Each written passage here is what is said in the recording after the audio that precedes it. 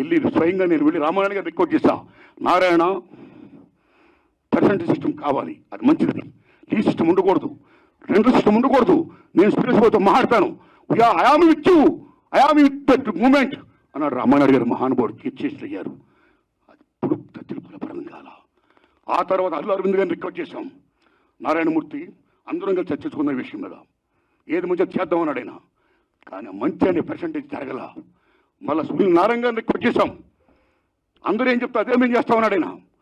కానీ ఇది మంచి జరగల, పర్సెంటేజ్ సిస్టమ్ ఇంప్లిమెంట్ కాలా. దిల్ రాజు గారిని రిక్వెస్ట్ చేశాం, నిజంగా దిల్ రాజు గారు నేను పర్సెంటేజ్ సిస్టమ్కి యాక్సెప్ట్ అన్నాడు ఆయన ఆ డేస్లో.